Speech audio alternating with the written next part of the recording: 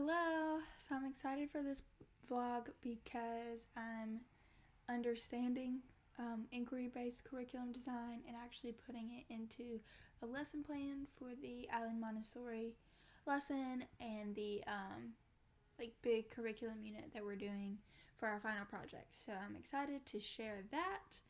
And as far as the questions go that are framing our reflection, what sparks curiosity and investigation? I feel like kids themselves are already very curious, and when I coach gymnastics, I swear, these kids are like, why does it do that? Why do you do this? And I'm like, sometimes you just want to tell them to shut up and say because I said so, but it kind of makes you think and realize that they are curious about everything. And even in gymnastics, I'm sure it is transferable to academics.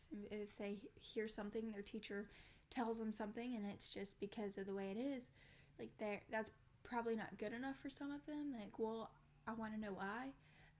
So that's why I think inquiry is really good for that aspect of learning, because they might find something that they're interested in and they're curious about, and they want to investigate it a little bit more,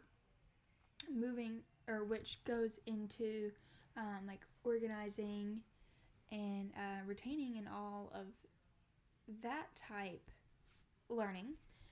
So what I really found interesting from one of the modules, it was the most recent module, or the one previous to that, about different learners, which I had already knew that there were visual, auditory, and kinesthetic learners, but this video really put it in perspective, as the video counting to 10 in Japanese.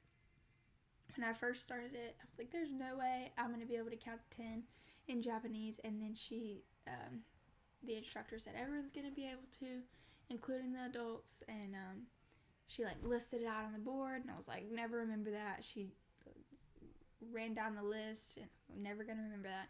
And then when she started saying itchy knee and all that good stuff, now I'm like, oh, that means 4 in Japanese or whatever. So that's kind of fun that one, that I have that added little skill, and two, that you could actually take that video and relate it into your own life.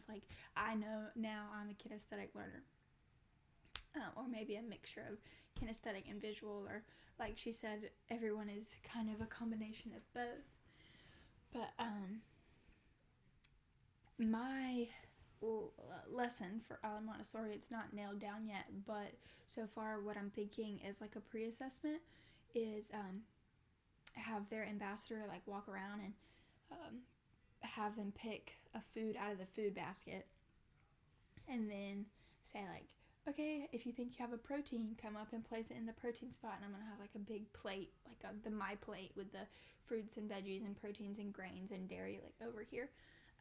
So they're kind of getting up and moving and placing their foods in a certain spot, and so that is very visual and aspects of kinesthetic, because they are getting up and actually placing it in the place, even if it's not right. It's the pre-assessment, so they're not going to be experts at it first, so that's fine.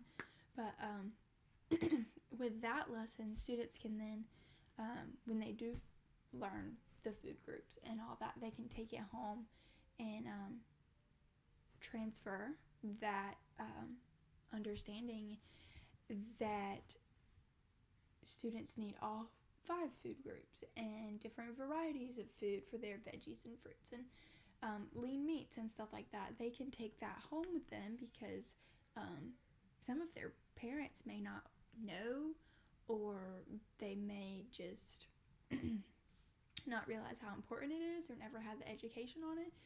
But I really hope to extend the education just from the students to their household, their whole household, so that they can eat healthy, they can get their parents to eat healthy, siblings, grandparents, anyone they want to talk about it to.